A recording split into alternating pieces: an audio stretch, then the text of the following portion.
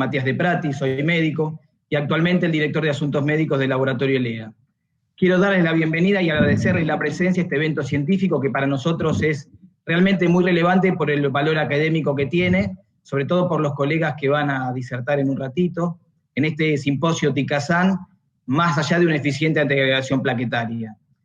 Y como presentador de este simposio les doy la bienvenida entonces, en nombre mío, en lo personal, en nombre de la Dirección de Asuntos Médicos del laboratorio, y también en nombre de quienes gestionan la línea, de cardiometabolismo, de Rodolfo Escatarela, de Ana Sara, de Esteban Liendo, quienes realmente son los hacedores de que esta jornada se lleve a cabo.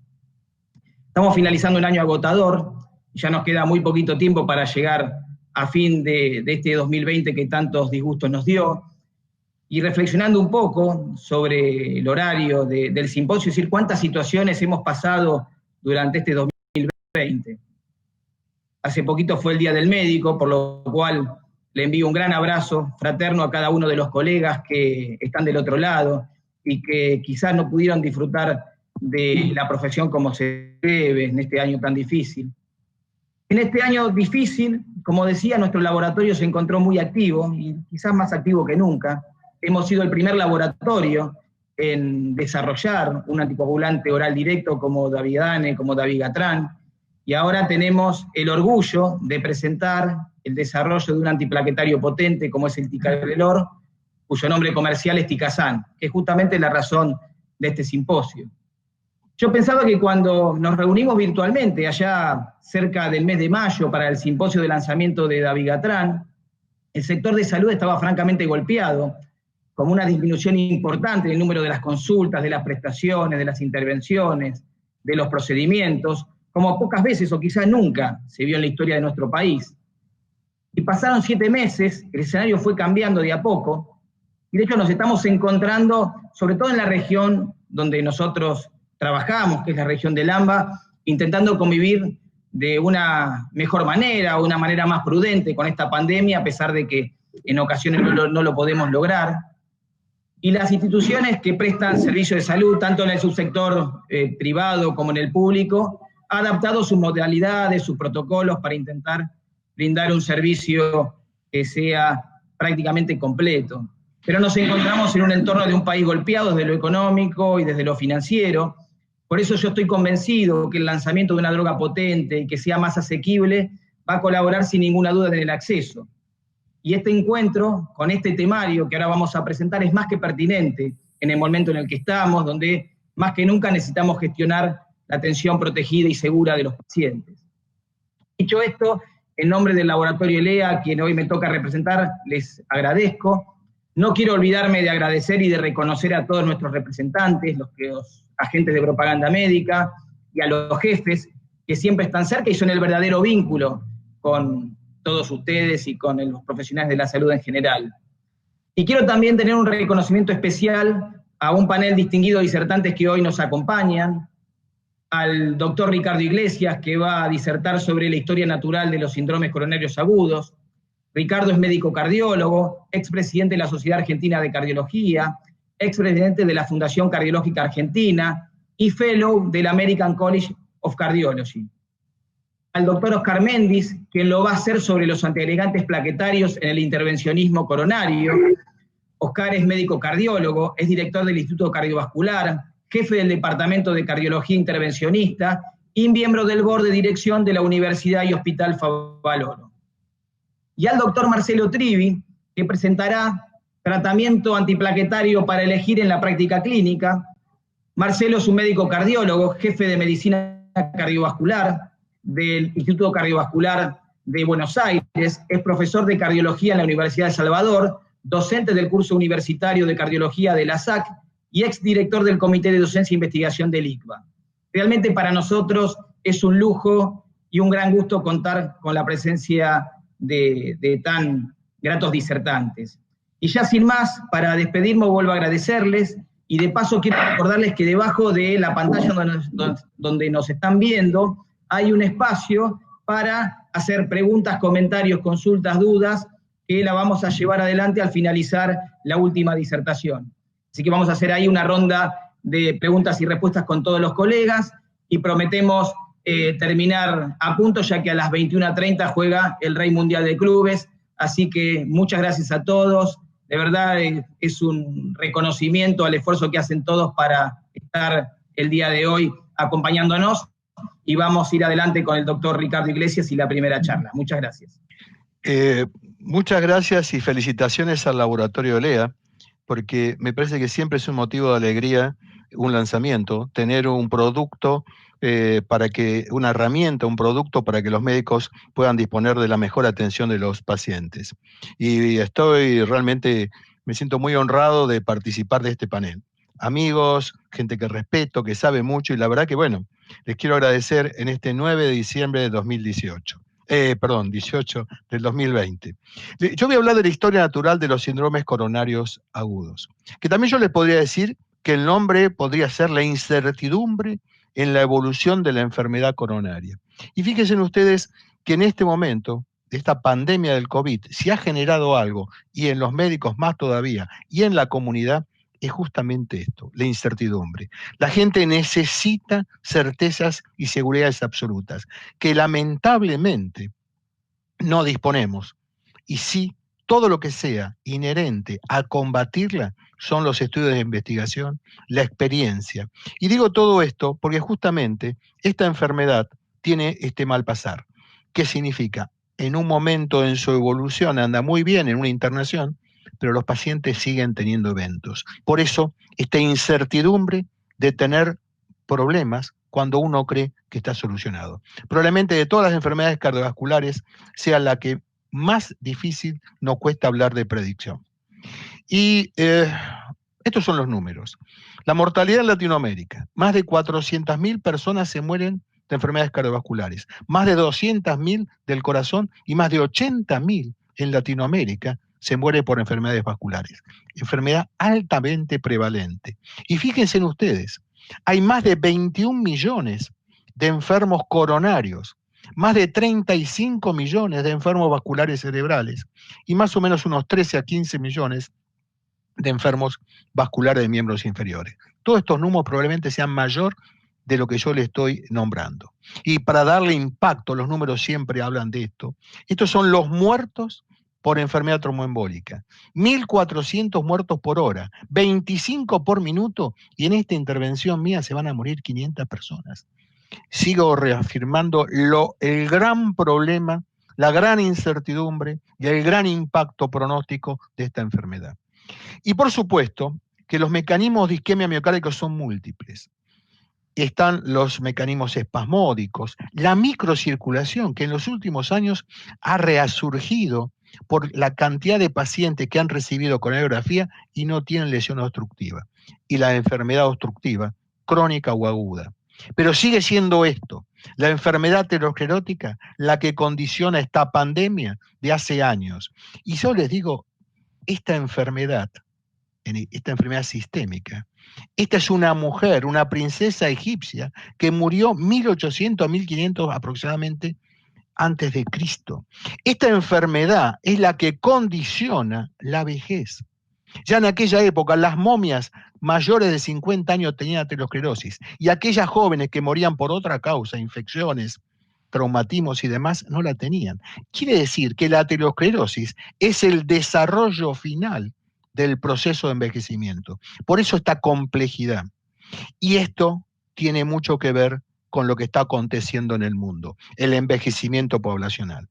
Hay más enfermos vasculares, más prevalencia y, por supuesto, mayor mortalidad, que se sigue incrementando y que va a llegar a valores realmente muy impactantes a nivel de mortalidad, a nivel biológico. Pero también el sistema de salud va a tener un costo muy grande, se va a requerir mucha inversión por los altos costos que va a llevar esta enfermedad. Por esto que ese es un problema ya no individual, sino es un problema de salud nacional. ¿Por qué ocurre esto? Por elegir mal a los padres, genética 30%. Por todo el sistema de salud, no más de un 10%. El problema es el estilo de vida. Y ahí viene el problema. El problema es el individuo vulnerable o la comunidad. Y fíjense qué interesante, cómo la comunidad, con los cambios económicos, la urbanización, los ingresos, aumentó la obesidad. Hoy el músculo más desarrollado son los pulgares de los niños. Un paciente mío hace poco dice, yo no camino más para prevenir el sedentarismo. ¿Por qué? Porque en una cuadra me robaron 2 veces. Un montón de situaciones sociales que también han incrementado el desarrollo de esta pandemia.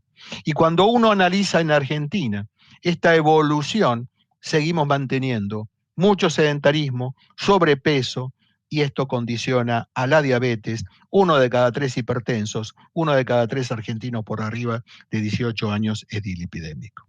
El problema, que nadie duda de la vida moderna, que es importante. Nos permite esto, acortar las distancias en un problema tan grande como es hoy la pandemia. Pero ¿qué pasa? Tenemos un organismo que tiene entre 100.000 a 150.000 años.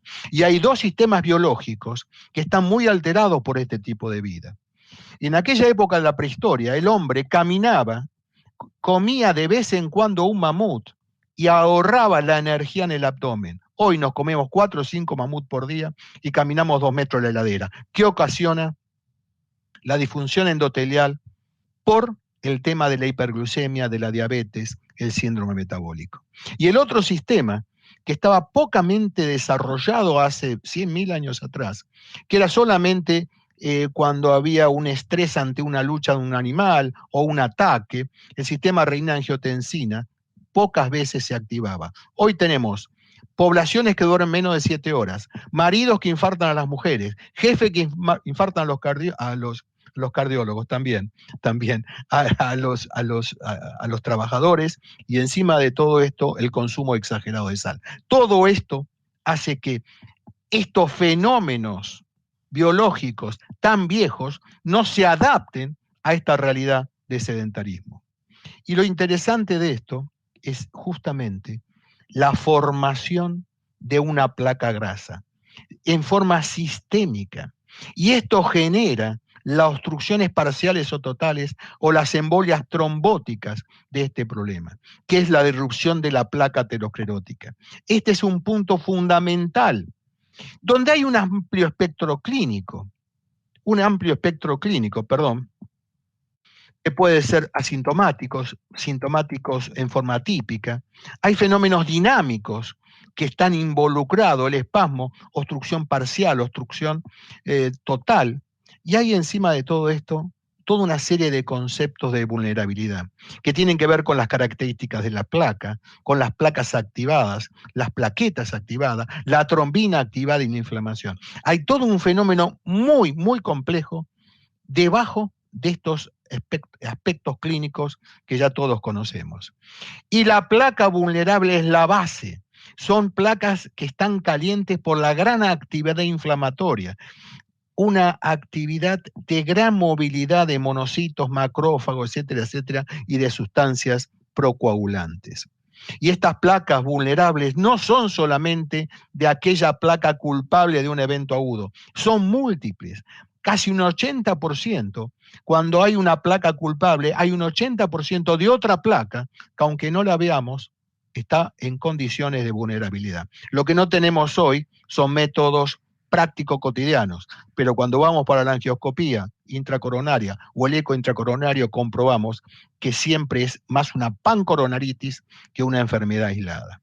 Y el tema del paciente vulnerable es esto que decíamos recién, casi 22 metros de arteria en todo el organismo y se puede juntar 1 kilo de grasa con las probabilidades protrombóticas que esto generan, como vimos en un gráfico.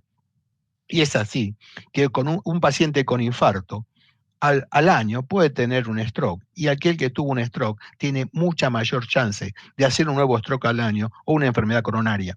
Por eso esta enfermedad tiene que ser vista desde múltiples especialidades, de la neurología, la nefrología, por supuesto la cardiología, la pediatría, para comenzar con la prevención. Y a su vez, hablamos de la placa vulnerable, hablamos del paciente vulnerable y recién comentamos la pobreza como un elemento de enfermedad, de mayores factores de riesgo, y también las grandes ciudades con el estrés. Entonces viene un nuevo concepto que son las comunidades vulnerables. Por eso atacar esta enfermedad va más allá de lo que vemos todos los días. Es trabajar fundamentalmente por el ambiente, la ocupación, la educación, la cultura, la economía.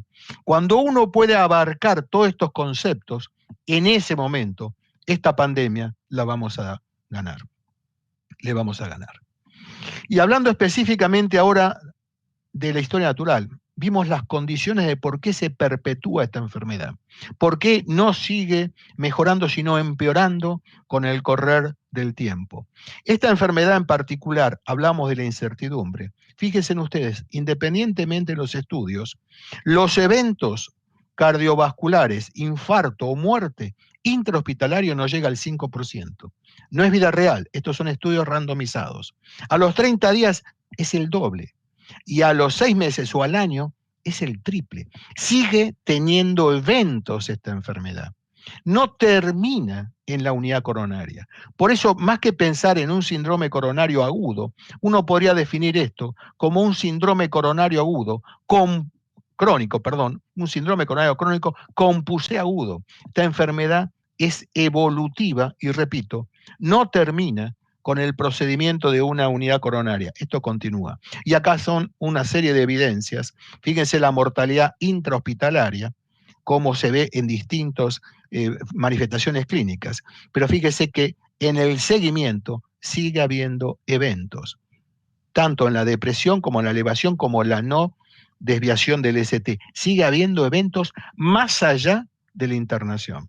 Y en la unidad coronaria, sin lugar a dudas, el protagónico es justamente el trombo. Por eso, en la unidad coronaria, el tratamiento tiene que estar concentrado justamente en esto, en prevenir el accidente de placa o atenuarla.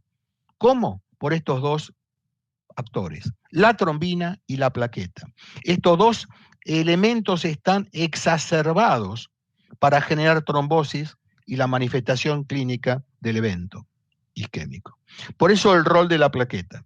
Realmente es interesante, sin ser una célula, es un pedazo de un megacariocito. Tiene tanta actividad, que es fundamental en este proceso. Y este punto no termina en la plaqueta, sino también en la trombina, que tiene la peculiaridad de, aparte de estimular a cascada de coagulación, también de estimular a las plaquetas. Y al estimular las plaquetas, se forma, en estas dos vías, se forma la unión fibrino-plaquetaria, la base del coágulo. Y la trombina, si ustedes se fijan, sigue elevada, igual que la activación plaquetaria, más allá del proceso de la internación. Y la trombina tiene elementos realmente interesantes, como disfunción endotelial, es protrombótico y estimulante de citoquinas. Todos estos fenómenos, plaqueta activada y trombina elevada, generan el sustento básico en la internación y dentro de los primeros meses como fenómenos protrombóticos. Y cuando, esto es lo mismo que estábamos diciendo recién, plaqueta, fibrina, plaqueta y fibrina. Y aquí vemos nosotros como cuando se forma, esto es una arteria de una rata, se estimula con láser y fíjense ustedes, como en esta formación trombótica se junta la fibrina, las plaquetas y se forma el coágulo.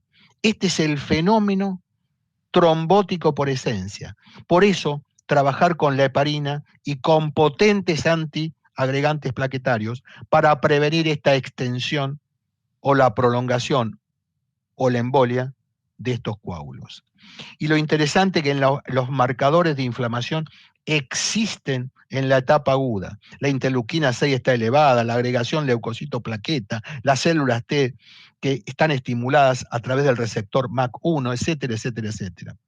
Por eso, durante años, vimos en la etapa aguda y creímos que solucionando esa placa, solucionamos el problema. Y la realidad, lo que nos va a dar mayor cantidad de eventos no son esas placas muchas veces fibrosadas. Los eventos van a venir por estas placas inestables, blandas, que angiográficamente son insignificantes.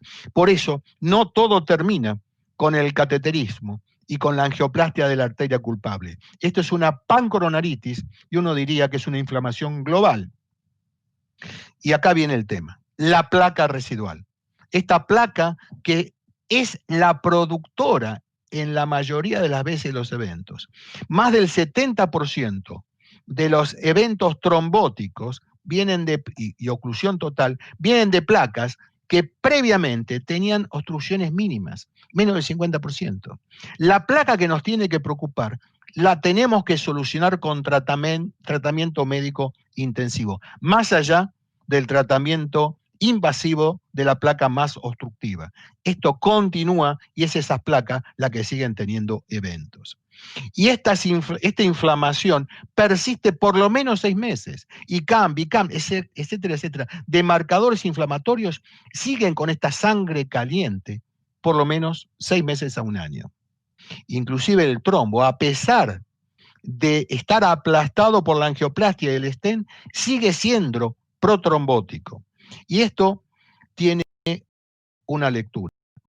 ¿Cómo hacemos para estabilizar esas placas, pasivizarlas? Y hoy el primer elemento, fuera del tratamiento anticoagulante o antiplaquetario, es justamente bajar la placa blanda a través de la regresión. Y esto es, ¿cómo? Con las estatinas. En los pacientes con síndrome coronario agudo hay que ser muy enérgico. 20 a 40 miligramos de rosuvastatina, 40 de rosuvastatina, y tener un LDL muy bajo. Y si el paciente ya tuvo eventos en los 2 años previos, ser todavía más enérgico, muy enérgicos. Porque las estatinas van a llevar en esas altas dosis a fibrosar, a curar, a estabilizar las placas con posibilidades de ruptura. Y eso ya lo sabemos de muchos estudios, entre ellos del PROSPECT, que justamente las placas inestables previamente han sido placas que no tenían lesiones severas. Y hay otro elemento en juego muy importante que tiene que ver con la inflamación. Recién decíamos que la inflamación sigue un proceso de muchos más meses de lo que uno cree dentro de la internación. Persisten. La interleuquina 6, a más interleuquina 6, mayor la probabilidad de tener eventos. Y hay evidencias, aunque no vayan a la clínica y no tengan hoy el canalicumab un espacio por una serie de factores proinfecciosos que pueden generar, sabemos que inhibir la inflamación, la interleuquina 1, bajan los eventos. Y ya con unas drogas un poquito más controversiales, más económicas, también están demostrando, o hay unas evidencias, que bajando con colchicina la inflamación en forma crónica en pacientes con infartos o pacientes crónicos, puede bajar los eventos. Todavía es controvertido. El metotrexate, este punto no lo ha demostrado. Bajan algunos marcadores, pero no tiene. ¿Qué significa? Hoy estamos buscando, más allá de la antiagregación potente, lo que estamos buscando otros factores para disminuir cada vez más este proceso protrombótico, inmunoinflamatorio que presenta en la historia natural los pacientes con esta enfermedad. Y yo empecé como la incertidumbre en la evolución de la enfermedad coronaria. Y como decía Bacon, si un hombre empieza con certidumbres, terminará en dudas. Pero si está contento, empezar con dudas, terminará en certidumbres. Me parece que uno tiene que utilizar todos los argumentos terapéuticos, más allá de bajar los factores de riesgo, dejar de fumar. Creo que uno en estos pacientes tiene que ser muy enérgico. Utilizar un antiagregante potente junto con la aspirina, que sepamos que la plaqueta va a estar adormecida, que va a estar sin capacidad trombótica. Creo que hay que ser muy enérgicos, pero extremadamente enérgicos con las estatinas, y por suerte son muy pocos pacientes que no toleran las bajas dosis. Y yo siempre digo, pobre el que no la tolere, porque me parece que se pierde una gran oportunidad de mejorar el pronóstico. Muchas gracias, fue un placer y bueno, seguiremos con las preguntas.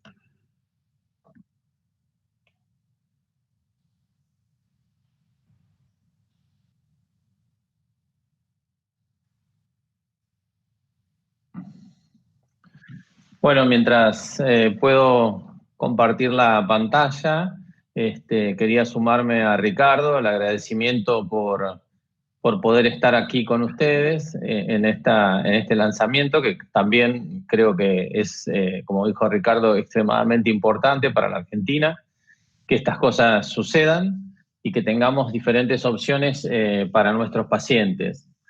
También me sumo a lo que decía Ricardo. La enfermedad aterosclerótica es una enfermedad social, sistémica, que puede en determinado momento requerir de nosotros de una intervención por cateterismo, ya sea como una forma de diagnóstico o para tratar de resolver un problema que es la angioplastia, ya sea en el proceso agudo de un síndrome coronario agudo o en algunas situaciones de pacientes crónicos. Y lo cierto es que hemos desarrollado muchas intervenciones o muchas técnicas o tecnologías para mejorar esos tratamientos que nosotros realizamos, pero la terapia coadyuvante, en especial la terapia antiplaquetaria, se ha vuelto muy importante porque, como bien dijo Ricardo, los síndromes coronarios agudos son una fiesta para digamos, para las plaquetas, y nosotros cuando le ponemos un stent, en realidad parecería que les estamos llevando un trago para alegrar más la fiesta. Entonces, hemos avanzado, como les decía, desde la mejoría de la prevención secundaria, la imagen intravascular para saber qué pacientes tratar u obtener un mejor resultado, con mejores stents también, pero hemos avanzado también mucho en nuevas y mejores terapias antiplaquetarias para disminuir uno de los grandes problemas que teníamos al inicio,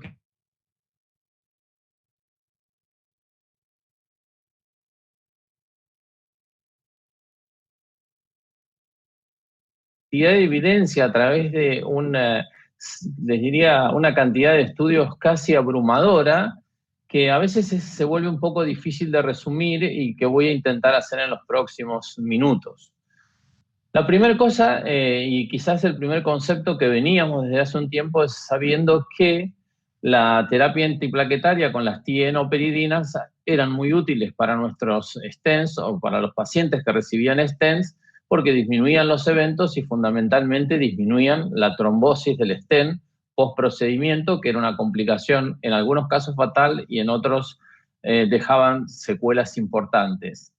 Pero que ese tratamiento antiplaquetario tenía algunas limitaciones como aumento del sangrado, que quizás no era lo que sufrimos los que comenzamos la angioplastia hace ya muchos años y que realmente el sangrado, y sobre todo del sitio de acceso vascular, era una pesadilla. Pero lo cierto es que esas complicaciones seguían persistiendo y eran mayores que las que tenían los placebos. Por otro lado, fuimos aprendiendo a través de toda esa evidencia que les mostré en esa diapositiva tan compleja, que esas drogas que usábamos tenían un inicio de efecto bastante retrasado. Como les dije, teníamos incidencia de sangrado, en especial algún paciente que tenía que recibir cirugía, que el grado de antiagregación era modesto, y encima de todo eso tenía variabilidad de respuesta, y por eso es que se empezaron a usar test que nosotros no los llevamos a usar a la práctica clínica, pero para de alguna manera identificar qué pacientes iban a responder o no. Felizmente, la introducción de nuevas drogas, de nuevas tienoperidinas como el prasugrel o una nueva droga como el ticagrelor, mostraron que tenían a las 4 horas una mayor inhibición plaquetaria, y para eso, o eso para nosotros, era algo muy importante porque es cuando se va el efecto de la heparina o de los 2B3A cuando los usábamos, y necesitábamos de tener una potencia antiagregante para disminuir la posibilidad de complicaciones. Y uno de los primeros estudios que nos mostró eso, y que ustedes ya conocen y han visto muchas veces, fue el estudio Triton, que mostró en los pacientes con síndrome coronario agudo el efecto beneficioso del prasugrel en el punto final combinado, tanto al inicio, en los 30 días, y que se sostenía en el curso del tiempo.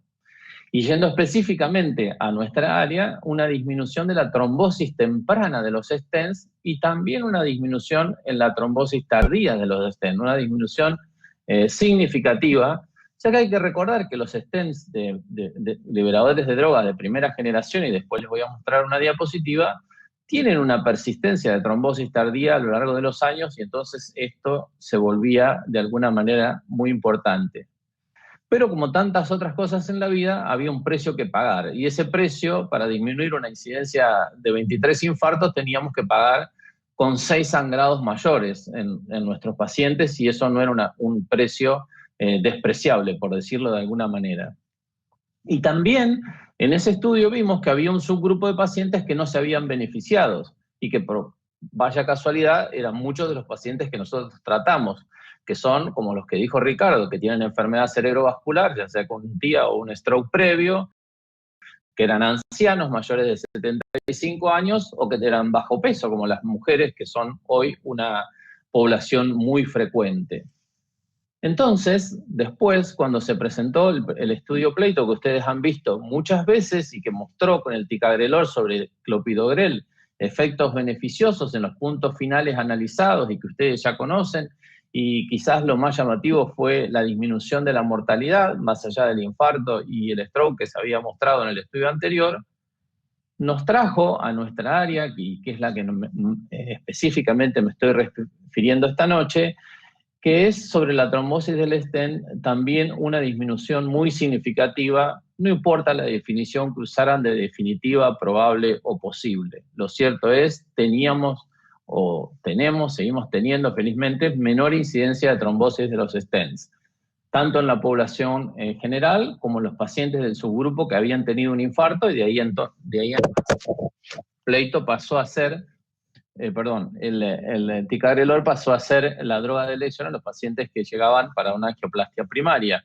por disminución de la muerte cardiovascular, disminución de los reinfartos y, como ustedes pueden ver, disminución significativa de la trombosis del stent en un paciente que recibía una angioplastia primaria. En esta diapositiva lo que muestro es que el beneficio de la rama invasiva de ese tratamiento, de ese estudio, fue muy similar a la que se obtuvo en el resto de la estrategia conservadora o en el resto de los pacientes que recibieron estrategia conservadora. Es decir, que los pacientes que nosotros intervenimos se beneficiaban mucho de recibir ticagrelor versus clopidogrel. Esta es la rama específica de pacientes que recibieron una estrategia invasiva en los síndromes coronarios agudos, con disminución de los infartos, disminución de la mortalidad, como les dije, y a diferencia del estudio anterior, no se había pagado un riesgo, o no se pagó un precio en sangrados, ni siquiera en los pacientes que requirieron cirugía durante la hospitalización. Como ven aquí, las barras son bastante parecidas. Y más aún, en un subgrupo publicado bastante posteriormente, que era de pacientes estables, diabéticos con enfermedad estable, en el estudio TEMIS y en la rama que recibió angioplastía, también se mostró una disminución, aunque no alcanzó una diferencia estadística significativa de la trombosis del stent. Es decir, podríamos decir que no fue superior, pero numéricamente fue inferior. Entonces, hasta acá habíamos visto el beneficio del clopidogrel en los síndromes coronarios agudos, una reducción de los eventos mayores, y en especial refiriéndonos a la trombosis del stent, y esto con un impacto en mortalidad, sin un incremento significativo del sangrado, y por eso nosotros, al menos en nuestro grupo, lo adoptamos y quizás extrapolamos sin una evidencia tan clara desde el comienzo el uso de esta terapia por sobre el clopidogrel, aún en los pacientes con síndromes crónicos o con pacientes estables.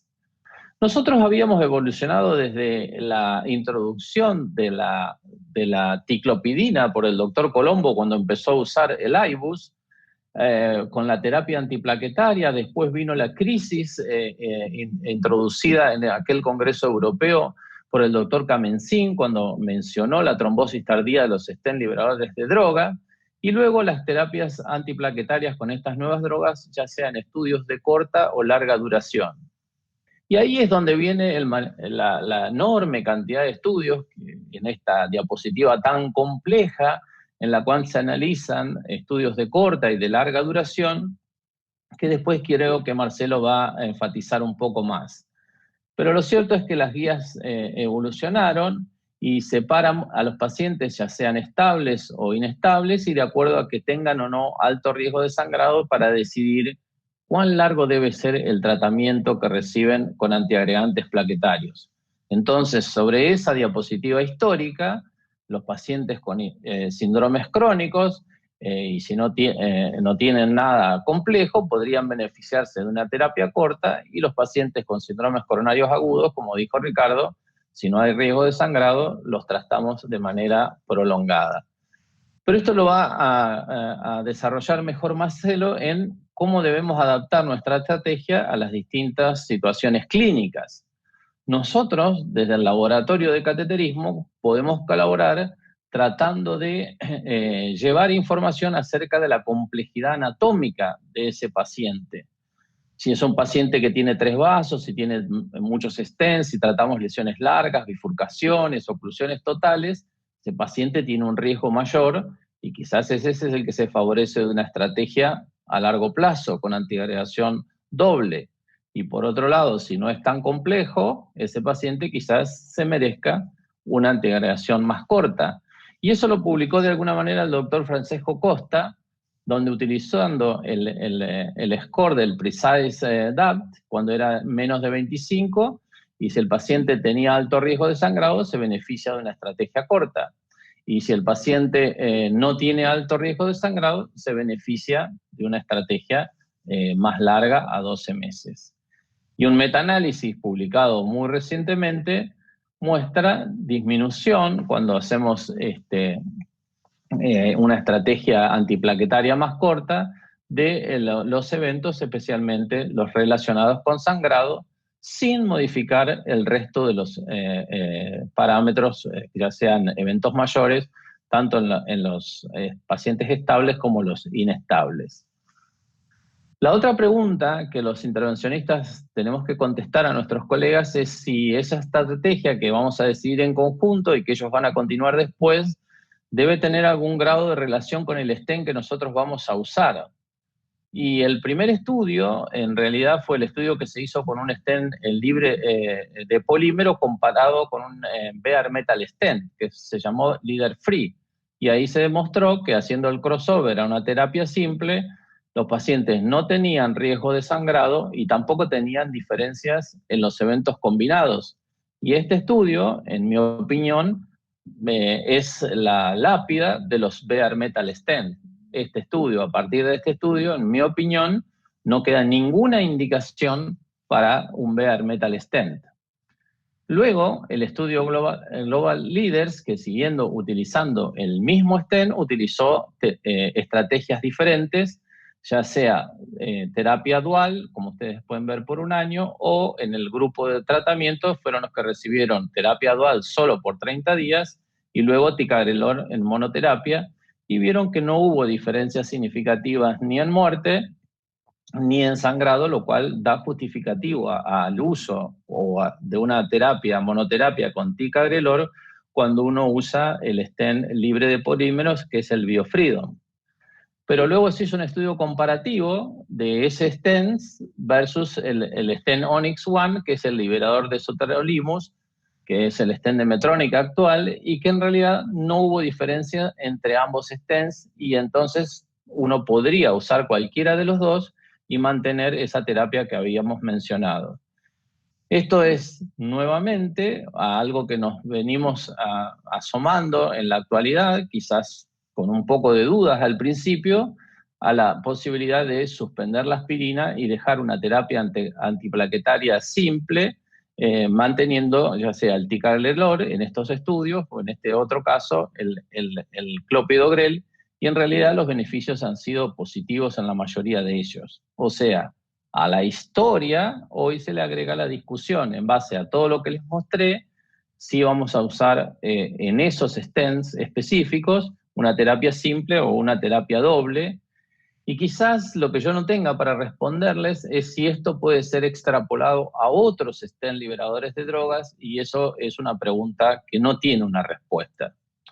Entonces, en conclusión, trataría de resumir diciéndoles, bueno, de la importancia de la agregación plaquetaria en las complicaciones de los síndromes coronarios agudos y sobre todo cuando realizamos una angioplastia, que las tienoperidinas son fundamentales, que algunas de ellas tienen limitaciones Y yo creo que esas limitaciones cobran mucho valor en nuestro medio, donde, por ejemplo, el uso de imágenes como el ultrasonido para optimizar la angioplastia es muy bajo, y entonces uno tiene que apostar a algo mejor en la terapia antiplaquetaria, ya sea usando ticagrelor o prasugrel, que han demostrado ser más potentes y más eficaces. El ticagrelor como monoterapia después del stent podría funcionar en algunos pacientes, sobre todo en aquellos que no tienen riesgo de sangrado elevado y que lo podemos mantener. Bueno, y este es el resumen y creo que después Marcelo puede continuar acerca de cómo mejorar la selección de cada paciente. Así que les agradezco haberme escuchado.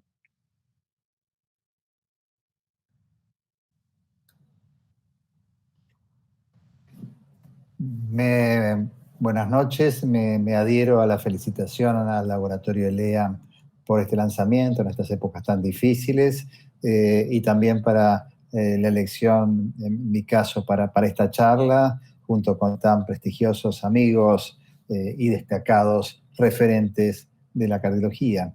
Yo voy a tratar de ilustrarles cuál es nuestra idea acerca de qué tratamiento antiplaquetario elegir en la práctica clínica, que es un problema, yo diría que sigue siendo casi a diario, un problema en cuál debemos elegir de acuerdo a cada paciente. La diversidad de los pacientes es muy grande y vamos a tratar de darle un poquito de luz a todo esto, de todos los tratamientos antitrombóticos que se pueden plantear frente a nuestro enemigo, los síndromes coronarios agudos, que son la trombosis coronaria.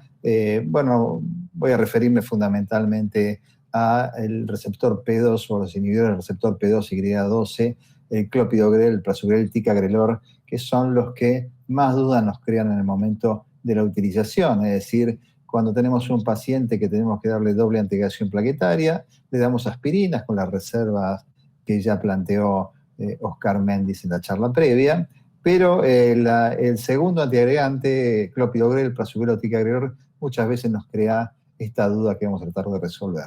Primero tenemos que tener en cuenta que hay diferencias en el metabolismo, creo que esto es bastante básico, pero tiene que ver un poquito con las diferencias en la acción, en la potencia, sobre todo en el tiempo en que estos medicamentos o estas drogas actúan y también el tiempo que se van.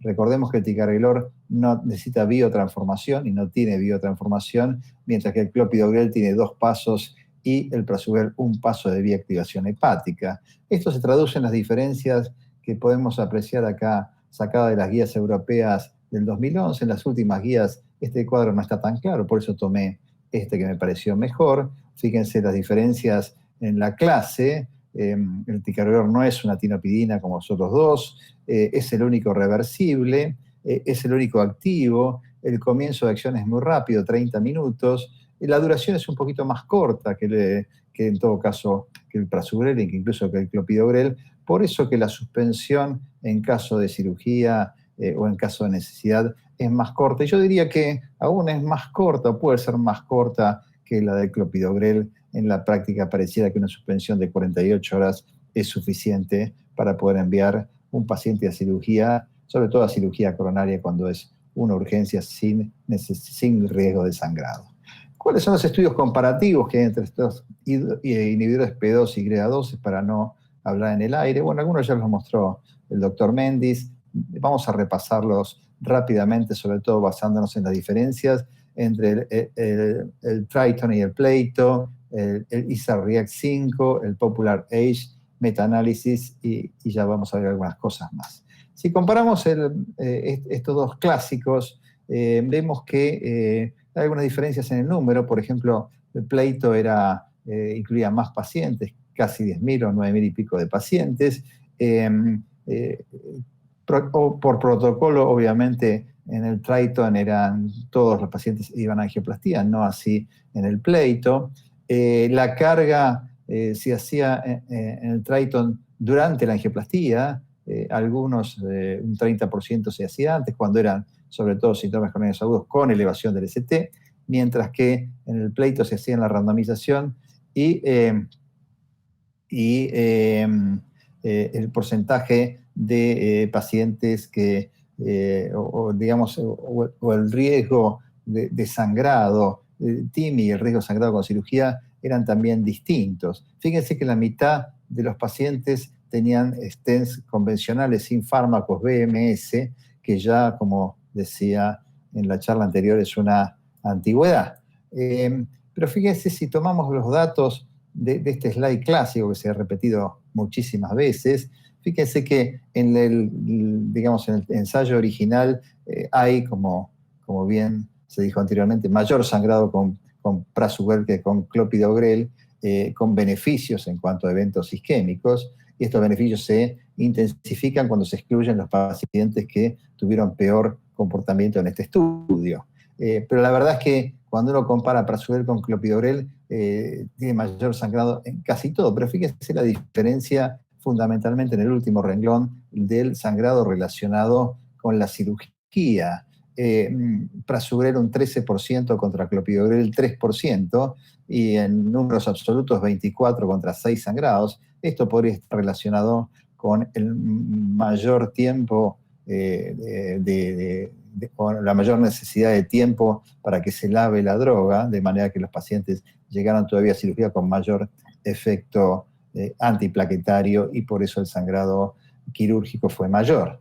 En pleito, en cambio, los menores eventos isquémicos, como ya se dijo, no estuvieron relacionados con mayor sangrado, como se puede ver en el slide, y el tema de las diferencias en la mortalidad, bueno, fue un hallazgo en cierta manera inesperado, pero siempre saludable. La verdad es que buscamos que los pacientes anden mejor y que vivan más. Cuando uno analiza por qué en estos dos estudios hubo diferencias en la mortalidad total y en la mortalidad cardiovascular, en uno sí y en el otro no, probablemente tenga muchas explicaciones. Una de ellas puede ser, como se ha dicho, algunos efectos del ticagrelor que vayan más allá del efecto antiplaquetario, que se han dado a llamar en efectos pleiotrópicos, actuando sobre el endotelio por intermedio de la adenosina o no intermedio de la adenosina. Pero bueno, hay muchas hipótesis de por qué el ticagrelor mostró reducción de la mortalidad y el Prasugrel no tanto, o no directamente en los estudios. Pero fíjense que cuando uno analiza la potencialidad de cada estudio para reducir la mortalidad, era claro que en el pleito se podía encontrar una reducción de la mortalidad con un poder de 90%, cosa que no pasó ni ocurrió, y como era de esperar y como ocurrió en Triton. Claro, todo esto vino a ser revolucionado por la presentación en el Congreso Europeo y la publicación en New England del ISA-REACT 5. Curiosamente, los tres estudios o no tan curiosamente, los tres estudios que comenté fueron publicados en New England en distintos años. Pero bueno, este estudio fue un estudio que revolucionó un poquito las cosas, o nos hizo pensar, o por lo menos pensar un poquito diferente. Brevemente, el estudio es un estudio abierto, no ciego, planificado por investigadores, y la hipótesis fue contraria a los resultados. Siempre que un estudio muestra una hipótesis contraria a los resultados, uno se pregunta si estuvo mal la hipótesis o estuvieron mal los resultados, pero bueno, en realidad uno prefiere que la hipótesis avale los resultados avalen la hipótesis y no que sea contrario. Los eventos fueron menores a los esperados en un grupo, y uno se plantea así por azar. La estrategia invasiva planificada fue planificada en todos los pacientes, 2.000 pacientes por grupo, y fundamentalmente comparó las dos estrategias utilizadas en estudios previos: Prasugrel post-coronariografía en síndromes coronarios agudos sin ST, o inmediato en síndromes coronarios agudos con ST contra ticagrelor tan pronto como sea posible, poco después de la randomización. Esta diferencia en estrategias hace difícil llevar los resultados a comparar ambas drogas, porque hoy se sabe, o hay una tendencia cada vez mayor a no usar pretratamiento de estas drogas en los síndromes coronarios agudos sin ST, que son los más numerosos, y esto podría haber influido en los resultados, como bien aceptan los propios autores. Estos fueron los resultados donde uno puede observar una cierta ventaja, pequeña, pero ventaja al fin del prasugrel en cuanto a eventos isquémicos, sin diferencias en sangrados. Esto es un poco dato de nuestra propia experiencia en el grupo del Instituto Cardiovascular, donde fue publicada en la revista de la Federación Argentina de Cardiología. Este es un estudio de nuestros pacientes. Obviamente, como no fue randomizado, hubo que hacer un score de propensión, pero aún separando los pacientes por esta metodología, fíjense cómo claramente el clopidogrel tiene menos sangrados en el seguimiento que el ticagrelor y a su vez que el prasugrel, que es el que más sangra. O sea que realmente también nuestros resultados contradicen los resultados del ISA-REACT, como le pasó o le ha pasado a muchísimos otros registros y estudios. Fíjense que en nuestros datos, por ejemplo, se da una cosa que parece calcado de la literatura, donde hay más infarto con clopidogrel con respecto a los otros dos, hay menos sangrado con clopidogrel, más sangrado con prasugrel, significativamente diferente, y parecido, un poquito más, pero parecido el ticagrelor y el clopidogrel. Y cuanto a la mortalidad, fíjese que nuevamente el ticagrelor parece tener menor mortalidad con una especie de gradiente clopidogrel, prasugrel, ticagrelor. O sea que nuestros resultados locales también avalan un poquito los datos de estudios internacionales y contradicen un poquito los datos de ISA-REACT. Y como agregado, podemos decir que en Argentina, en el registro de PICOR, vimos que al año del 80% de los pacientes estaban con doble antiagregación plaquetaria, luego un síndrome coronario agudo, muy parecido a la alta hospitalaria, y a los 2 años, fuera de protocolo, la mitad de los pacientes estaban con doble antiagregación plaquetaria. Parece haber una inercia médica. Si el paciente anda bien, déjalo con la doble antiagregación. Recordemos que el único tratamiento de doble antiagregación que ha demostrado resultados confiables es el uso de ticagrelor en forma crónica, o por lo menos después del año de tratamiento. Otro estudio que levantó alguna polvoreda o despertó algunas polémicas es el estudio Popular Age, que también se presentó en el Congreso Europeo del 2019. Tomaron pacientes por encima de 70 años con clopidogrel, ticagrelor o prasugrel, así fue el diseño, comparar el clopidogrel en estos pacientes ancianos, como ellos ya llamaban, y ver qué pasaba. Eran todos pacientes con síndrome crónico agudo sin elevación del ST, y ver qué pasaba. Bueno, lo que pasó es que la eficacia fue parecida en todos y los nuevos antiplaquetarios, ticagrelor y prasugrel, sangraron un poquito más. Estos resultados medios discordantes llevaron a un metaanálisis que tuvo bastante impacto, el de Eliano Navarrese, donde incluyó estudios randomizados con puntos finales clínicos, con seguimiento de al menos de 30 días. Se incluyeron 2 estudios, fundamentalmente por las dudas que planteé anteriormente, las diferencias entre los 2 estudios principales, la aparición del ISA-REACT y el Popular Age, que llevaron a analizar los datos un poco más juntos. Y bueno, los resultados del metaanálisis, que se analizaron por pares en este caso, mostraron bastante equivalencia entre el prasugrel y el ticagrelor, con ventaja para el ticagrelor cuando se compara con el clopidogrel, y también ventajas en la sobrevida o en la mortalidad, tanto contra clopidogrel como contra prasugrel. El tema de si se podrían mejorar resultados sacando de la aspirina es un tema que a mí personalmente me lo vengo preguntando hace muchos años. Hay varios estudios y varias hipótesis de por qué, o planteos de por qué usar aspirina cuando uno usa antiplaquetarios potentes. Se lleva a pensar si debiera eliminarse este uso. Bueno, en realidad el estudio más importante, ya nombró Oscar, es el Twilight de Roxana Meran, del Mount Sinai de Nueva York. Compararon ticagrelor y aspirina durante 3 meses. La mayoría de los pacientes con síndromes crónicos agudos, a los 3 meses le sacaron la aspirina y vieron qué pasaba. Lo que pasaba es que claramente la suspensión de la aspirina bajó el sangrado sin influir sobre los eventos isquémicos o los eventos más duros.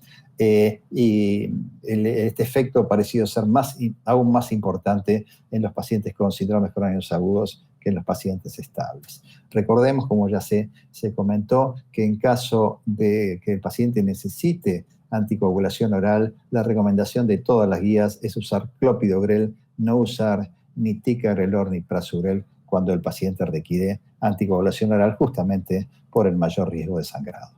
Entonces, ¿cómo podríamos resumir esta información cuando tenemos un paciente delante? ¿Cómo elegir seguro el paciente? Bueno, me parece que este cuadro lo resume un poco todo. Cuando el paciente es un síndrome coronario agudo y estamos en una situación de urgencia, es preferible usar ticagrelor o prasugrel. Recordemos que una de las ventajas del ticagrelor es que se puede usar en un amplio espectro de pacientes, sí, que andemos pensando cuánto pesa, cuál es la edad o cuáles son las características. Es mucho más generalizado su uso, ¿no?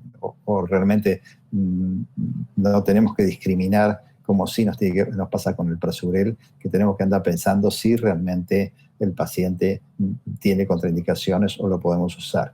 Por ejemplo, cuando el paciente tiene TIA o ACV previo, no se recomienda usar prasugrel. Nos parece que cuando el paciente tiene riesgo de sangrado, a nosotros y a muchos otros grupos no debiera usarse prasugrel, debiera usarse en este caso más clopidogrel y a veces ticagrelor. Digo a veces ticagrelor porque si el paciente, como le decía antes el doctor Méndez, tiene un alto riesgo isquémico porque tiene una anatomía crítica, por ahí uno a veces prefiere usar ticagrelor para evitar el riesgo de que el clopidogrel no funcione. El prasugrel no se puede o no se recomienda usar en pacientes que no van a angioplastía en tratamiento médico, el ticagrelor y el clopidogrel sí. Hoy por hoy en pacientes crónicos solo se recomienda clopidogrel, o por lo menos es lo que más evidencia. En diabéticos el clopidogrel pasa a tener un segundo lugar y la insuficiencia renal también hace, tanto como en los ancianos, que uno prefiera no usar prasugrel. Por otro lado, en caso de bloqueo AB o disnea, que son algunos efectos colaterales característicos del ticagrelor, es preferible usar los otros, y como les dije antes, en caso de necesidad de anticoagulación, tratar de elegir clopidogrel. En conclusión, en síndromes coronarios agudos, preferir ticagrelor o prasugrel por encima de clopidogrel, salvo en ancianos o necesidades de anticoagulación. Ticagrelor reduce la mortalidad, muestra resultados más consistentes que prasugrel, con menos restricciones para su uso y menor tiempo de duración del efecto ante la suspensión. La posibilidad de suspensión de aspirina con ticagrelor abre nuevas perspectivas y el tratamiento antiplaquetario debe ser seleccionado para cada paciente. Muchas gracias por su atención.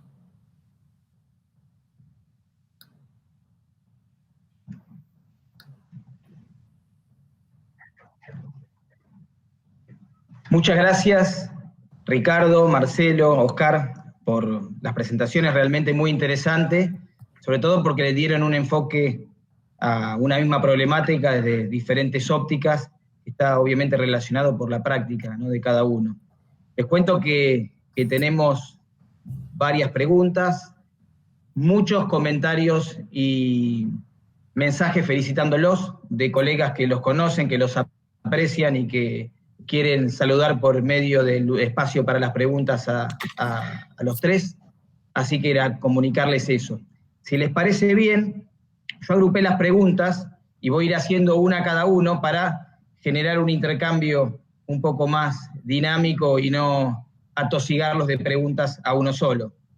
Pero vamos a empezar como arrancaron las charlas con Ricardo.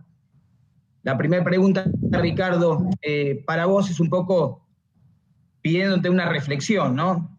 Y el colega dice lo siguiente: hoy conocemos mucho mejor los mecanismos de la enfermedad cardiovascular aterosclerótica, vos hiciste hincapié en tu charla en esto. Hay como nunca gran cantidad de medicamentos donde en la investigación clínica dice que son muy robustos y consistentes, y existen también procedimientos que permiten resolver la situación aguda en un tiempo realmente muy corto, muy breve. A tu juicio, ¿por qué hay un incremento tanto en la prevalencia como también en la mortalidad? Me imagino que el colega hace mención a una diapositiva que vos colocaste al inicio de tu presentación. si nos querés hacer una reflexión de esto, Ricardo. No es familiar mío, pues es una pregunta complejísima, porque todo lo demás son amigos familiares míos, que yo los hice entrar para que... No, mentira. Yo antes de contestar la pregunta, yo quería felicitar a ustedes, a Elea, porque recién escuchaba a Marcelo, y realmente dio una charla de qué elegir, y donde puso todas las realidades, y esto habla muy bien de Elea, porque no hubo ningún tipo de, digamos, un tema ético, no hubo ningún tipo de control, y Marcelo dijo lo bueno y lo malo, y igual nos pasó a nosotros, por lo menos a mí tampoco me preguntaron qué iba a hablar, las mandamos la diapositiva por si se colgaba. Quiero felicitarlos, y Marcelo fue, creo, el mejor exponente de todas las drogas del mercado. Ese es el primer punto. Mira, la enfermedad aterosclerótica es muy compleja. Uno puede tener muchas lecturas. La primera lectura es que, bueno, la gente está más vieja en el mundo, y eso hace que la enfermedad sea más prevalente. Y es un poco la diapositiva de Estados Unidos y Canadá. La segunda realidad, lo más probable es que la pobreza sea un factor de aumento de varias cosas, entre ellas de los factores de riesgo. Está demostrado en las evaluaciones que hizo el ministerio que los más pobres comen menos fruta, tienen más presión, tienen más colesterol, etcétera, etcétera. La pobreza hoy es un factor de riesgo independiente. Y sin lugar a dudas, algo que se ha incrementado en los últimos años es el rol de la depresión, la angustia, que es un factor también desencadenante. Yo no tengo números de este año, hay algunas especulaciones que hubo mucho más infartos, lo que es cierto que los infartos están más graves, pero no podemos decir que el COVID haya sido un elemento. Pero bueno, eso nos falta un par de años para tener información. Y creo que, porque los factores de riesgo siguen siendo lo mismo. Lo que creció es mayor depresión, mayor angustia, creció la vejez en la gente y creció la pobreza. Me parece que estos tres hacen un cóctel, y seguramente debe haber muchos más que exceden mi marco. Perfecto, Ricardo, clarísimo. Muchas gracias. Vamos a seguir con Oscar. Y te preguntan, Oscar, sobre si hay diferencias en la elección y el uso de antiplaquetarios de acuerdo a la colocación de los diferentes tipos de stent endovasculares. Yo creo que sí, que si uno tiene un paciente que tiene un riesgo de sangrado muy alto, uno debiera usar un stent que tiene evidencias. No podría decirte un nombre, pero una vez me tocó tratar una persona muy pública que tenía programada una cirugía a 30 días, y eso en definitiva es lo que uno hace con cualquier otro paciente, que es elegir el stent que va a ponerle para tener seguridad de que se va a suspender la antiagregación. Felizmente, eso, me refiero a la doble antiagregación, felizmente después aparecieron, como lo dije yo, como lo repasó después Marcelo, otros estudios y otros stents. Hoy al menos tenemos opciones. Pero la pregunta, quizás, o la parte más compleja de la pregunta es si eso que tenemos para el stent Onyx, para el stent BioFreedom, en el caso del stent de Abbott, se vio que se puede suspender la antiagregación, pero no tiene un estudio randomizado, prospectivo, aleatorio, que demuestre que es seguro. Vos sabés que lo podés suspender si hay que suspenderlo, pero programado no está. Entonces uno, si intenta usar la evidencia estrictamente, uno debiera limitarse a 2 o 3 tipos de stent, y en esos después poder hacer una estrategia de antiagregación bien corta. Y después, por supuesto, cambia mucho cómo uno va a manejar la estrategia antiagregante en base al riesgo anatómico. El riesgo clínico, como bien lo dijo Marcelo, lo manejan quienes lo vieron antes, quienes lo vieron después al paciente, pero nosotros somos los que conocemos la anatomía que tiene que el paciente y que tratamos, y también la que le dejamos, porque puede ser que hayamos dejado un resultado subóptimo, que no es frecuente, pero puede pasar, o que le dejamos malos lechos con lesiones que no vamos a tratar por una decisión X, y vos ese paciente querés que esté bien antiagregado. Bueno, vas a arriesgar en ese paciente que tenga una que sea un no respondedor, de ninguna manera. Y tal es así que una cosa que nosotros hemos hecho mucho y seguimos haciendo mucho y que no está tan estudiado es, no, esta parte después la borran de la grabación, pero hay muchos pacientes que están antiagregados, que vienen tomando clopidogrel hace mucho tiempo y que por alguna razón no te gustó cómo quedó la angioplastia, o que lo que sea, y vos le decís, dale ticagrelor ahora. Y lo hacemos, pero desde hace mucho tiempo. Y te digo, no, lamentablemente nunca lo volcamos en un paper porque no hicimos una base de datos. Pero la verdad que nunca vimos una complicación en eso de switchear desde el mismo momento de la angioplastia.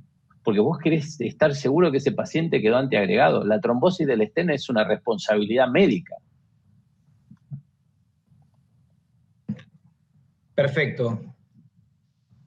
Vamos a seguir con Marcelo. La pregunta, Marcelo, es si en la clínica, en el consultorio, tienen alguna utilidad las pruebas de función plaquetaria a la hora de la valoración de la intensidad del tratamiento antiagregante en un paciente. Bueno, es una pregunta que yo creo que está bastante bien respondida en la literatura. La respuesta claramente es no. Y te lo digo, nosotros hemos trabajado con distintos sistemas para medir la actividad plaquetaria. Me parece que esto sirve para demostrar que todos los pacientes que reciben ticagrelor están bien antiagregados. No hace falta que hagas ninguna prueba de actividad plaquetaria, lo mismo pasa con el prasugrel. Están todos bien antiagregados. Y un porcentaje no despreciable de los que tienen clopidogrel no están bien antiagregados. Me parece que en la práctica la única cosa que nosotros a veces usamos es que también tiene que ver con la elección del tratamiento, es un paciente que se le hizo una angioplastía, se le dio o está con doble antiagregación plaquetaria y por ahí se complicó por alguna razón y tiene que ir a cirugía, o por alguna cirugía de algún tipo, el hecho de poder medir la actividad plaquetaria o la inhibición de agregación plaquetaria te puede ayudar a mandarlo antes a cirugía. Es decir, cuando uno ve que la actividad plaquetaria es menor, lo puede mandar a cirugía. Y la verdad que eso sí, nosotros lo hemos presentado y lo hemos publicado. Y realmente cuando el paciente pierde la actividad plaquetaria in vitro, se puede operar perfectamente, no va a tener problema el cirujano en el sangrado. Pero en la práctica clínica son puntos muy, yo diría, son pacientes muy especiales y no es una conducta que uno pueda recomendar la medición de actividad plaquetaria en la esfera clínica. Bien, perfecto, gracias Marcelo. Seguimos con Ricardo. Una de tus últimas diapositivas, Ricardo, era sobre colchicina y enfermedad coronaria. Y la pregunta para vos es ¿cuál es la dosis que se debería utilizar en prevención secundaria y cuál sería el lugar que podría ocupar en la terapéutica actual frente a todas las otras opciones de tratamiento de estos pacientes? Mirá, yo creo que lo más atrayente y que todo el mundo está apasionado porque la colchicina es muy barata. Y yo todavía no, es muy barata, entonces a uno dice una droga conocida de muchos años, la dosis de 500 miligramos. Yo estoy con algunas dudas, porque en realidad cuando uno analiza los resultados, y en el Odoco digo bastante bien lo que yo le voy a decir, aumentó la muerte total. Y uno no sabe de qué murió. Todavía no se sabe y no hay un análisis, y mi miedo es que sean por infecciones.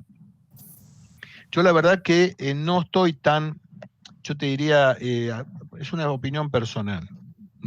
Yo no estoy tan entusiasmado de utilizarlo en forma masiva. Todavía tengo mis dudas. No significa que haya que seguir con investigaciones, pero mi miedo que le estemos agregando algo. Pues fíjate el canalicumab, impresionante la disminución de eventos vasculares, pero aumentó las meningitis, las neumonías, etcétera. Entonces, a mí me parece que sería un poquito más cauto. Por ahí me equivoco. Repito, lo más entusiasmante del tema es que vale muy barato y es muy conocido, pero todavía yo no la utilizo en forma general. Sí soy estatinero, le pego con todo y creo mucho en eso porque la evidencia es muy fuerte. Y sin lugar a dudas, no se va un paciente de unidad coronaria si no tiene altas dosis de estatina. Lo demás, todavía yo no estoy convencido. Fíjate el metotrexate, también uno tenía toda una idea y no produjo los eventos que a uno le interesa. Me parece que falta un poco, me gusta la vía de investigación, no la descarto, pero vienen estudios que van a reafirmar o no este punto. Bien, perfecto, Ricardo. Seguimos con Oscar, y Oscar, recién en la pregunta anterior algo comentaste sobre la anatomía coronaria, y la pregunta en realidad que interpreto yo es si hay algún atributo durante el intervencionismo sobre las arterias coronarias que permite tomar decisiones en la terapia antiplaquetaria futura, y el colega hace referencia al tipo de lesión, a sus características, al lugar de la anatomía donde estaban, etc. Bueno, sí, yo creo que sí, algo dije, pero siendo un poco más específicos, no es lo mismo tratar aunque sea un síndrome coronario agudo, de una tercera rama marginal de circunfleja, que solo se trata por una cuestión de un síndrome coronario agudo, que tratar un tronco de coronaria izquierda con doble stent. Y me sumo a lo que decía Marcelo recién. Hay mucha gente que nos criticó, no lo digo de mala manera, pero digamos desde el punto de vista científico, de por qué nosotros poníamos tanto énfasis en el grado de agregabilidad plaquetaria si había muchos de los no respondedores que no tenían eventos. Que no era que todo el no respondedor tenía eventos, pero la respuesta nuestra era una pregunta. Respondíamos con ¿por qué tomar un riesgo adicional? Si las drogas más potentes, y si no querés hablar de ticagrelor, habla de prasugrel, que disminuyen la trombosis del stent, porque yo a un paciente que le pongo un stent en el tronco, si ese paciente, por la razón que sea que hayamos decidido hacerlo, si el paciente hubiera ido a cirugía, los cirujanos no hubieran hecho una mamaria más o menos, hubieran hecho la mejor mamaria. Entonces nosotros, para que la cosa funcione, tenemos que usar la mejor droga adyuvante. Quienes me conocen saben que soy un crítico del intervencionismo del mundo, de por qué no se usa imágenes adicionales. Nosotros tendríamos la angioplastia correctamente hecha, terminaría con una imagen intravascular, con un IVOS o con una UCT, que no la usamos y el justificativo sea que no hay reembolso, la verdad no es un justificativo si después lo queremos comparar con una terapia mejor que puede ser la cirugía. Y en el caso de la terapia antiagregante es exactamente lo mismo.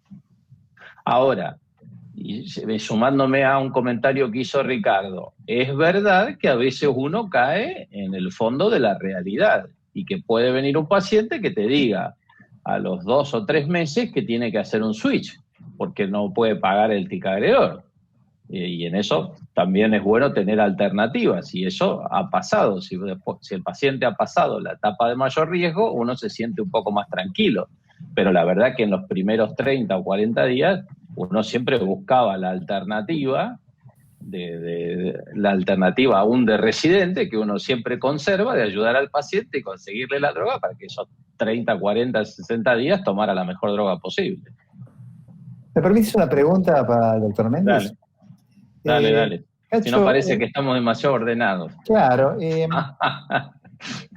el caso de un anciano, que vos le haces una angioplastía al tronco de la coronaria izquierda porque es muy anciano para mandarlo a cirugía. Hablemos de 89, 90 años. Sí, por si está escuchando un cirujano, y si no entra y se enoja con nosotros.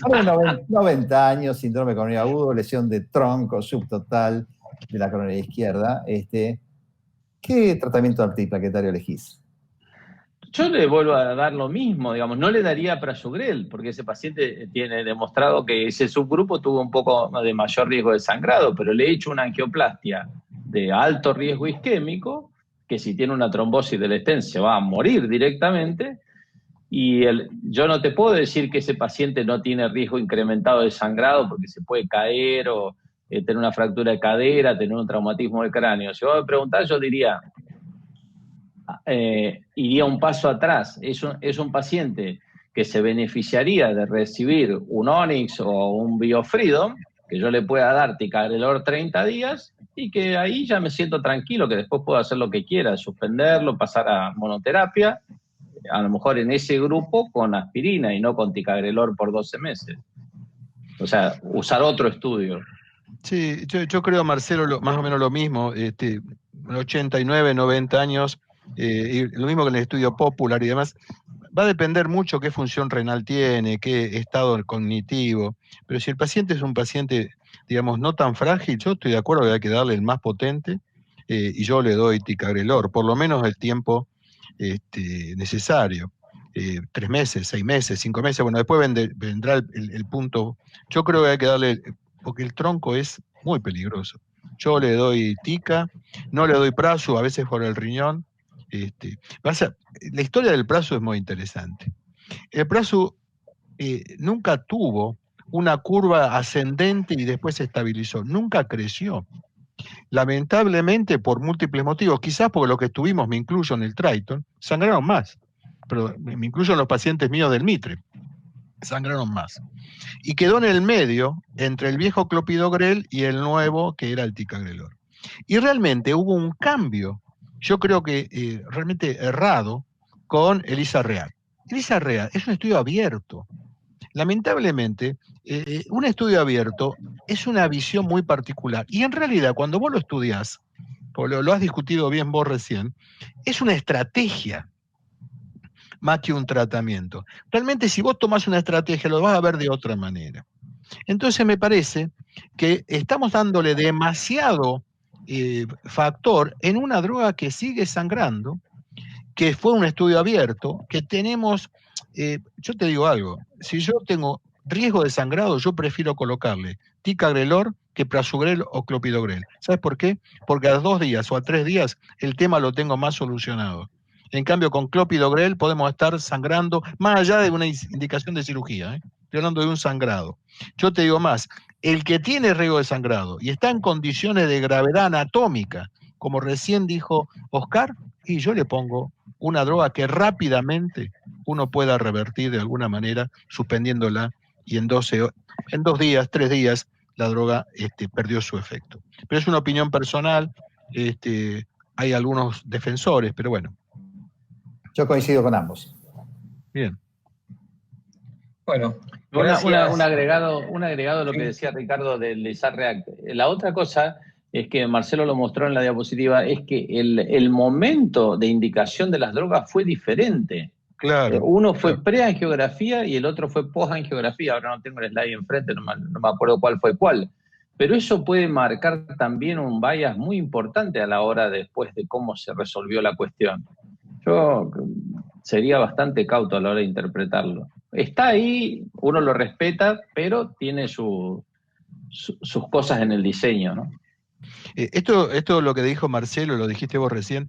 Hemos aprendido, y es una de las recomendaciones de la Sociedad Europea, colocar el antiagregante post procedimiento de hemodinamia. Me parece que eso ha cambiado, me parece que es una recomendación que muchas veces lo estábamos haciendo antes sin tanto sustento, pero hay toda la evidencia que es o es mejor o es igual, pero no es peor.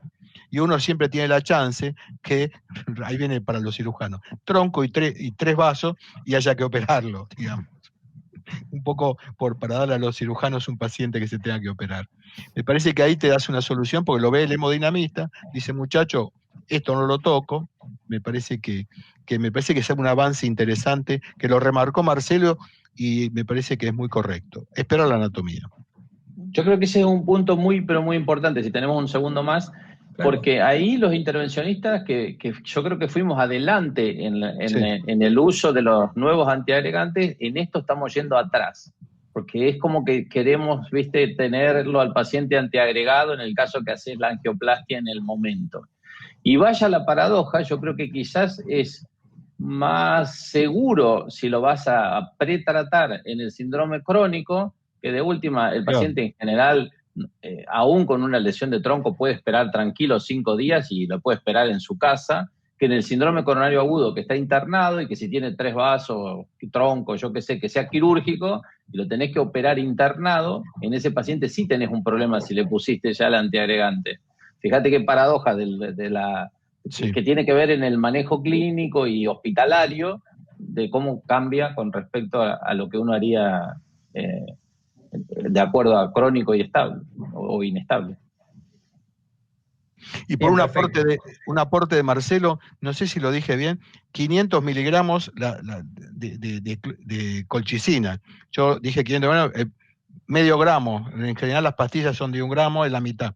Pero, no sé si lo dije bien, pero porque se me pasó, pero a lo mejor me equivoqué. Pero es medio comprimido de 1 gramo, 500 miligramos, la dosis.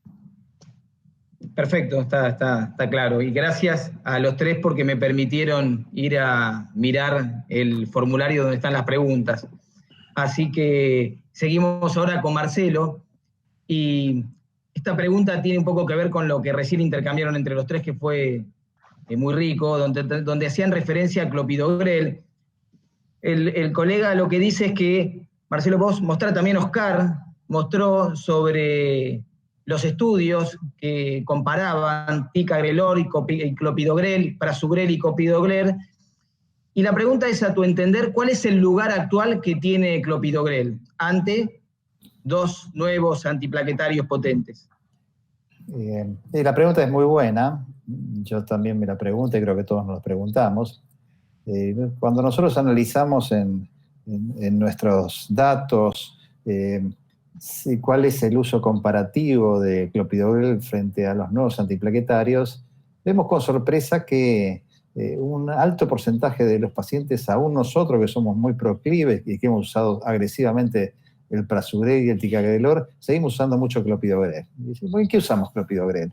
Y usamos clopidogrel cuando el paciente es de alto riesgo de sangrado, cuando el paciente recibe anticoagulación oral, cuando le pones un stent que no sea de un territorio coronario, cuando tiene otras indicaciones de clopidogrel que no son, entonces, que no son las que estamos discutiendo acá. Entonces, cuando uno analiza el uso de clopidogrel, ve que se sigue usando muchísimo y yo creo que se va a seguir usando el clopidogrel. Pero creo que en los casos que hemos tratado, digamos, en lo que presentó Ricardo, lo que discutió Oscar y yo mismo, claramente hay un grupo, un nicho, por decirlo de alguna manera, como se usa ahora, que son los síndromes coronarios agudos, donde claramente el clopidogrel tiene un segundo lugar y no lo digo yo, lo dicen tanto la Sociedad Europea como la Americana, incluso la Argentina, donde realmente lo seguimos usando, pero en un segundo lugar. Ese segundo lugar cuantitativamente es importante porque incluye todas las cosas donde los nuevos antiplaquetarios no se pueden usar, que son bastantes. Bien. Perfecto, gracias. Yo tengo una pregunta para Marcelo. Marcelo, ¿y si le vas a hacer una angioplastia coronaria y después le vas a poner una válvula a los pocos días, a la semana? Suponete que la angioplastia no es de las hipercomplejas. Estamos hablando de la válvula percutánea, porque... Sí. Bueno, me parece que también hemos aprendido en ese tema, yo por lo menos soy bastante reacio a la intervención simultánea o casi simultánea de angioplastía coronaria con TAVI puesta, todo en el mismo acto, porque me parece que hemos aprendido que cuando vos le haces una angioplastía coronaria a un paciente que en general tiene anatomía crítica, es un anciano, y le pones doble antiagregación plaquetaria, por el stent no se lo puede sacar. Y si el paciente requiere algún otro tratamiento en la TAVI, por ejemplo anticoagulación, que estos pacientes frecuentemente tienen fibrilación auricular y requerís darle anticoagulante, te confrontás contra un anciano frágil que tiene doble antiagregación, que no se la puedes tocar y encima tienes que darle anticoagulación y te metiste en un problema donde realmente uno se plantea qué puedo sacarle en caso de que sangre. Por eso yo prefiero hacer la cosa, me parece que esto ha cambiado, y cuando uno tiene que hacer reabsorción coronaria, tratar de alejarse un poquitito, si es posible, a veces no se puede y la tenés que hacer porque no te da tiempo el paciente. Recordemos que todos estos pacientes son con estenosis aórtica crítica, octogenarios, frágiles y que tienen una indicación perentoria de implante, pero realmente si se pudiera esperar, yo esperaría un primer tiempo para la reabsorción coronaria y el segundo tiempo para la TAVI. Pero realmente entiendo que desde el punto de vista logístico muchas veces es complicado. Llevar al paciente en 2 sesiones o en 2 momentos diferentes a la intervención es complicado y me parece que nuevamente uno tiene que actuar en base a cada paciente. Por suerte creo que tenemos algunas opciones menos agresivas, en cuanto al uso de combinación de antiplaquetarios con antitrombóticos. Y también tenemos drogas que tienen antídoto, que eso también nos facilita la cosa cuando uno tiene que jugar así con fuego, como pasa cuando usa esta combinación de antitrombóticos en pacientes frágiles. Sí, aparte me parece que el peor o el más perjudicado es el riñón. Yo coincido que hay que hacerlo en 2 tiempos, en lo posible, porque me parece que el que más sufre en estos pacientes tan vulnerables y tan frágiles es el riñón, porque no vas a hacer una valvulopatía, una valvuloplastia o colocar un TAVI en un paciente con riñón sano. Estamos hablando de los pacientes muy graves, ¿no?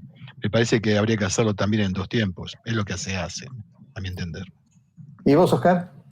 No, quizás a lo mejor eso no estaba en discusión, creo en 2 tiempos, pero por ahí es el paciente que yo, si la angioplastia no es compleja, uso clopidogrel.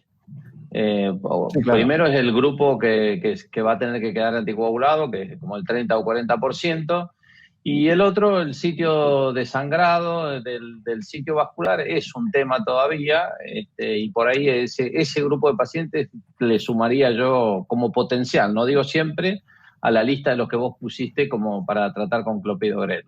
Sí, yo estoy de acuerdo. Evidentemente yo no lo dije, pero obviamente en estos pacientes. Bien, perfecto. Ricardo, te preguntan lo siguiente, sobre la utilización de los marcadores o de los biomarcadores de inflamación para calibrar el abordaje en los pacientes con riesgo cardiovascular y sobre esta calibración la intensidad de las estrategias farmacológicas. ¿Cuál es tu opinión? La pregunta es otro que no es amigo mío. Me parece que, digamos, estamos hablando hoy de la práctica clínica, lo único que podemos medir es la proteína C.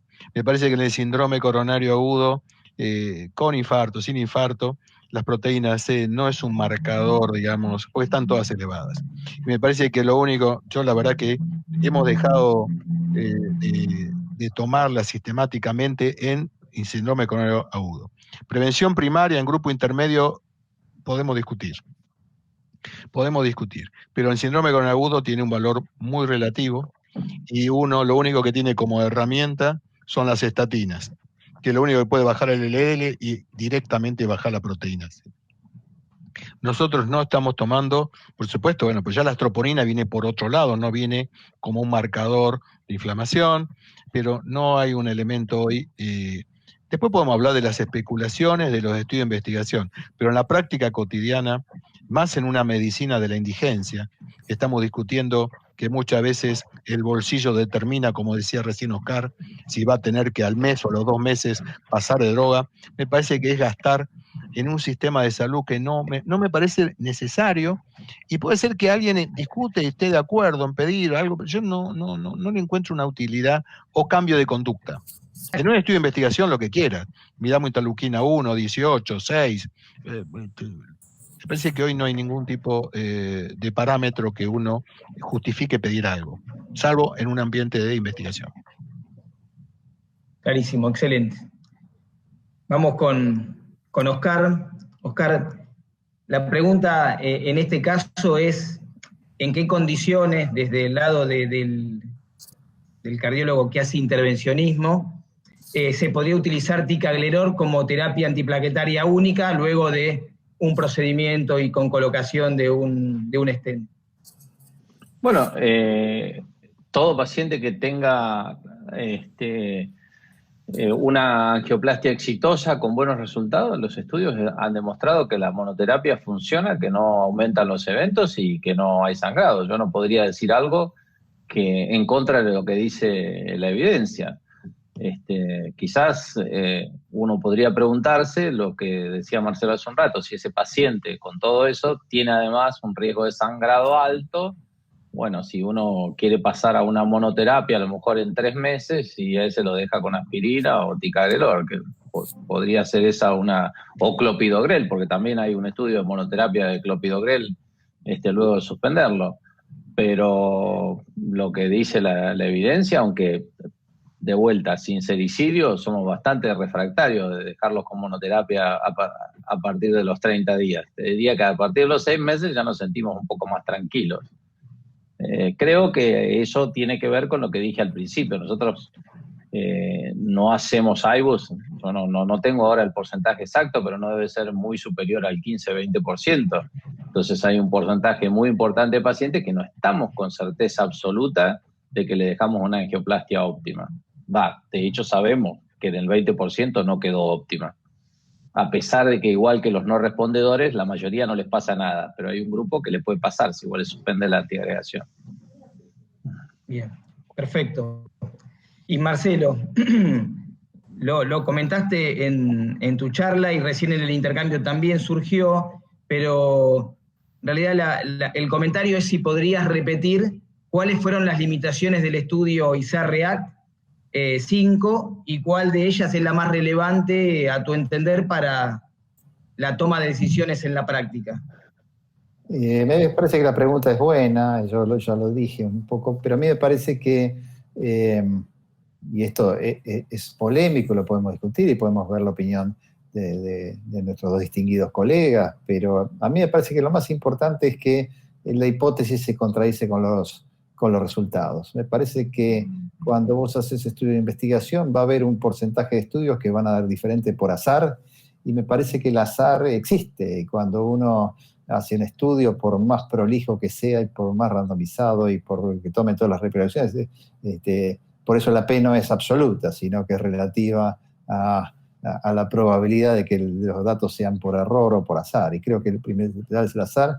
Pero bueno, las otras limitaciones que se han dicho, que es un estudio abierto, y los estudios abiertos donde uno conoce si el paciente qué droga recibió no tienen el mismo valor que los estudios ciegos. El pretratamiento, las estrategias de tratamiento es el tercer punto difícil de entender. Yo también, yo hace muchos años que pienso que con los nuevos antiplaquetarios el pretratamiento es ineficaz. Esto viene de tiempos del CURE, donde los pacientes estaban 15 días para estudiarse en la unidad coronaria, o 7 días. La verdad que con el tratamiento, con el estudio inmediato ahora no tiene ningún sentido el pretratamiento. Y bueno, me parece que esas son las tres principales limitaciones. La hipótesis contra los resultados, el estudio abierto y las diferentes estrategias. Bien, gracias. Y vamos ahora estamos en hora, vamos a ir con las últimas preguntas para cada uno. Y Ricardo, claramente en el auditorio tenés, y en la audiencia en realidad tenés muchos amigos. Esta es una pregunta corta, pero desde mi punto de vista compleja. La pregunta viene del contexto que vos también lo presentaste en el momento de tu charla, sobre cómo condiciona el estilo de vida la génesis de la enfermedad coronaria. Creo que era algo así, casi el 50%, casi la mitad. Y la pregunta es, ¿cómo han colaborado las sociedades científicas? Y en este caso me imagino que deben referirse a la Sociedad Argentina de Cardiología, en la agenda de las políticas públicas del país. O sea, si han tenido algún rol en esto. Mira, es una pregunta comprometedora, pero te la voy a responder. Una vez me llamaron del ministerio, a Eduardo Mele, presidente, yo vice, a las 7 de la mañana, yo tenía consultorio ese día, dejé todo, tuve que avisar a la noche, me avisaron a la noche. Llego, la secretaria nos hizo esperar 2 horas, hasta que vino y un señor se sienta y me dice, bueno, ¿y a usted qué lo trae acá? ¿Cómo nosotros nos citaron? Lo que te quiero decir es, las sociedades científicas hacen lo que pueden, no tienen un poder. El poder político es el que a veces lo cita, a veces no lo cita, a veces conviene, a veces no conviene. Las sociedades científicas están formadas por gente que no gana un dinero, nada más la fama, y trabajan muchas horas por el bienestar educativo, científico. Uno hace lo mejor que puede, y incluyo a todos los que trabajan en ambas sociedades. En ambas sociedades, en la federación también, gente que trabaja ad honorem, con muchas horas, y lo único que tiene por ahí es un aplauso. Lo que pasa es que las buenas voluntades y la lógica, diría, que tienen que ser llamados para colaborar profundamente. Y hay ciclos. Las sociedades hacen lo que pueden. Hacen consensos, pero muchas veces los prepagos, los pagadores, no le dan bolilla por un tema económico, no le dan trascendencia. Y el poder de presión tampoco lo tiene el Estado. Lamentablemente, esto es así. Creo que hay que seguir peleando. La Argentina es un territorio vasto para seguir peleando. Las sociedades tienen que seguir haciendo esto, presentando consensos, discusiones, reuniones y tocando puertas. Pero a veces es depresivo o deprimente el no tener respuestas. Y aquí lo vemos, yo no voy a dar ejemplos porque parece que estaría partidista, a favor o en contra, pero la historia se va repitiendo y yo te estoy hablando, yo fui presidente hace 10 años y nos pasó siempre lo mismo. A veces no hay una continuidad. Si no, no puede ser, como mostré, que los factores de riesgo siguen estando igual o mayor. Evidentemente hacemos fotos y no tenemos la capacidad, y alguna vez me han dicho, no vamos a invertir en prevención cardiovascular porque hoy el proyecto nuestro son las congénitas de los niños.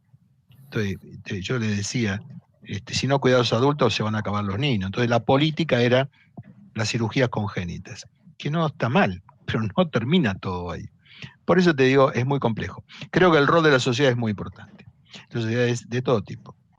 Y ahora va a cumplirse 40 años con AREC, el Consejo Residente de Cardiología. Fíjate, es una institución que tiene 40 años.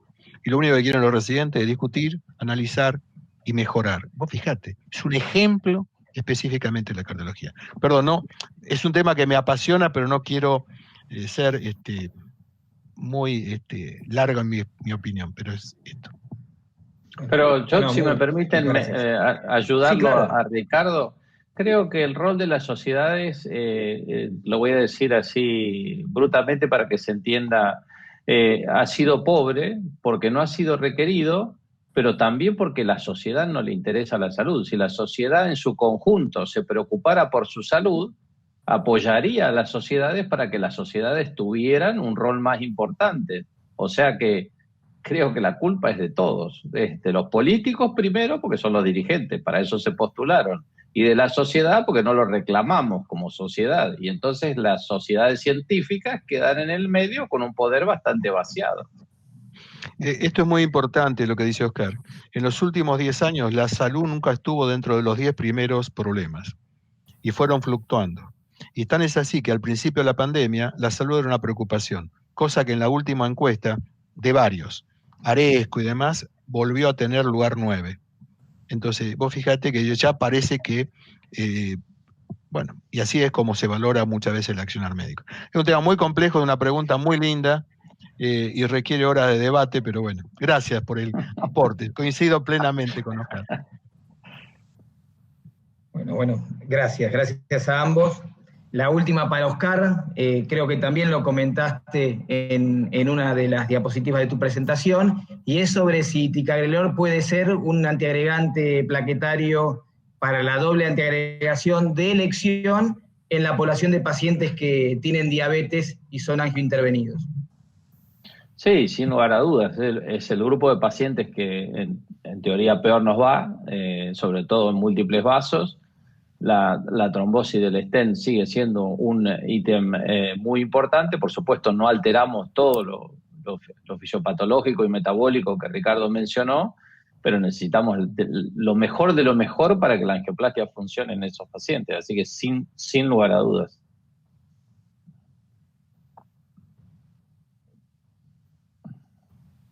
Perfecto, Oscar, gracias.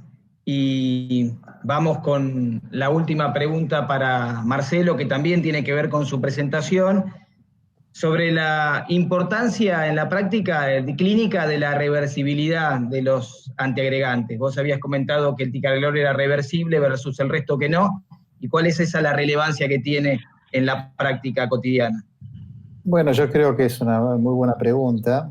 Yo medio lo delineé durante la charla, pero creo que una de las grandes ventajas del ticagrelor es la reversibilidad y la pérdida del efecto cuando uno necesita que el efecto antiplaquetario cese. Por ejemplo, típicamente frente a una cirugía coronaria, cuando el paciente vuelve a tener dolor o vuelve a tener evento después de la angioplastía, uno decide la cirugía, o por distintas razones, o por un evento de sangrado, o necesidad de otro tipo de cirugías, realmente uno se siente mucho más cómodo. Digo esto porque también se ha criticado la característica del ticagrelor de las 2 tomas diarias, y la verdad, como pasa con los anticoagulantes orales, los anticoagulantes directos, que a veces las 2 tomas diarias es una desventaja para una cosa y es una ventaja para la otra, porque justamente te dan una posibilidad de suspensión de la droga y un efecto de retirada mucho más rápido. Así que sí, yo creo que es una característica muy importante, y que creo que cuando uno, me parece que a veces siguiendo